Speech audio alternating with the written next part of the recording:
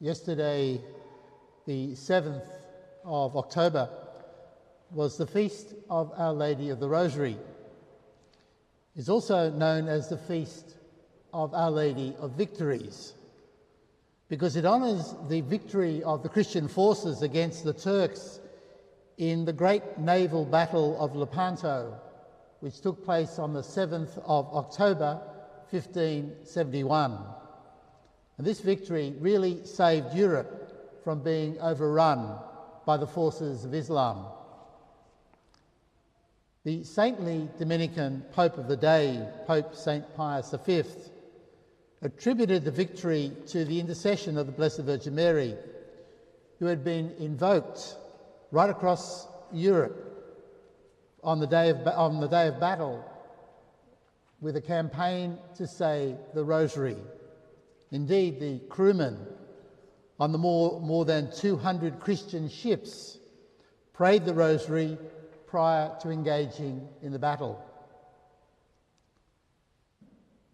Pope Leo XIII, who had a particular devotion to Our Lady of the Rosary, wrote that whenever the Church was imperilled by heresy or moral corruption or attacks from enemies, we should turn to seek the intercession of the Blessed Virgin Mary. It was he too who reminded Catholics of the oldest known Marian prayer, which is known under its Latin title as Sub Tuum Praesidium.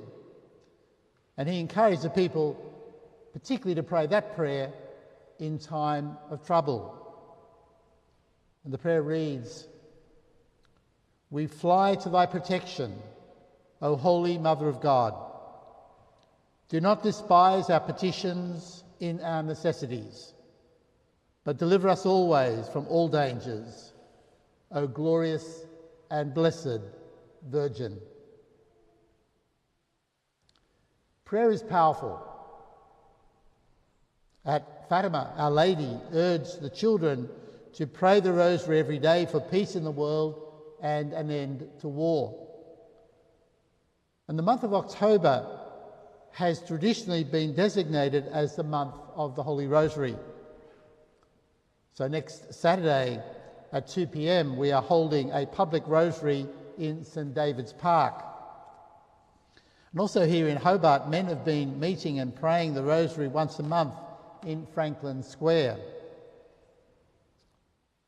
And they are doing this as part of a global men's Rosary crusade. And here in the parish, we are having the Rosary each day at 5:30 p.m. and would invite you to come along to participate in the Rosary. Reflecting on the call to say the Rosary can raise for us a more general question. And that is the question that prayer actually plays in our daily life. And we can examine ourselves. Do I pray every day? Because prayer, daily prayer, should be the foundation of our day. I think the best time to pray is at the beginning of the day. Now, this does require a certain discipline and a real commitment. However, once we decide to make prayer the ground of our day, then we will develop the means by which we can achieve it. Of course, the best prayer each day is daily Mass. And I take this opportunity to remind you that there is Mass here in the Cathedral from Tuesday to Friday at 7:30 a.m. And of course, flowing from the Mass, we can take the opportunities offered here in the parish for adoration of the Blessed Sacrament, particularly on Fridays from 6 p.m. till midnight. The Church recommends the saying of the Divine Office, or the prayer of the Church.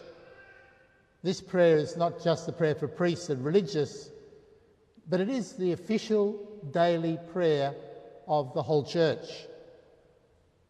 Saying morning prayer from the Divine Office, for instance, takes just about 10 minutes. Next, the Church recommends the daily reading of sacred Scripture, And here we could read scripture passages that are taken from the Mass of the day, if we have a daily missal. And we read them in a prayerful, meditative way, wanting to be attentive to what God may say to us through his holy word. Then, of course, there are the Catholic prayers. The Our Father, of course, the Hail Mary, the Glory Be, the Apostles' Creed, the Act of Contrition, the prayer to our guardian angel, the prayer to St. Michael the Archangel, and many, many more.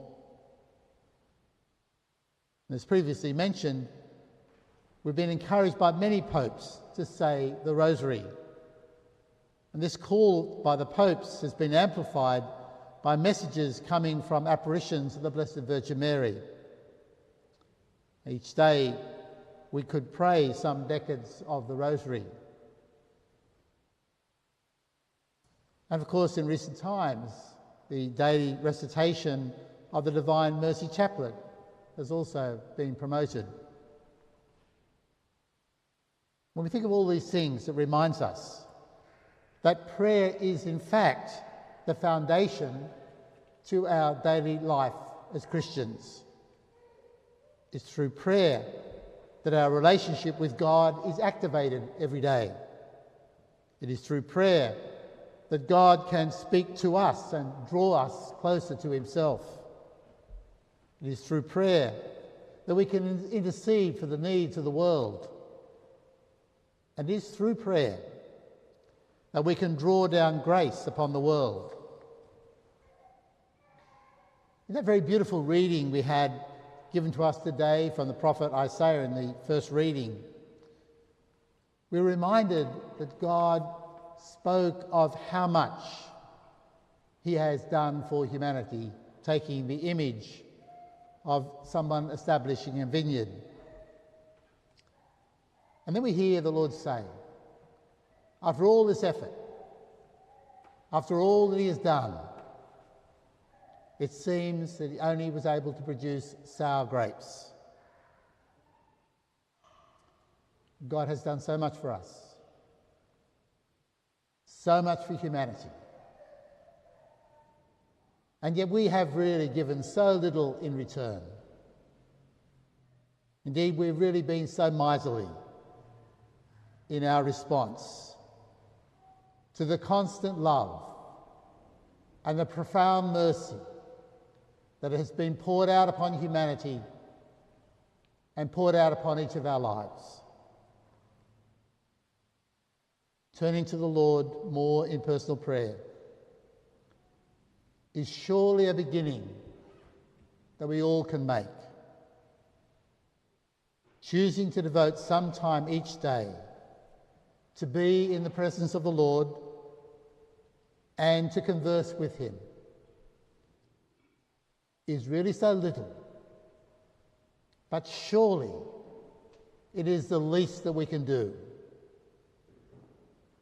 Prayer is the foundation of the Christian life. Let us make prayer the foundation of our day.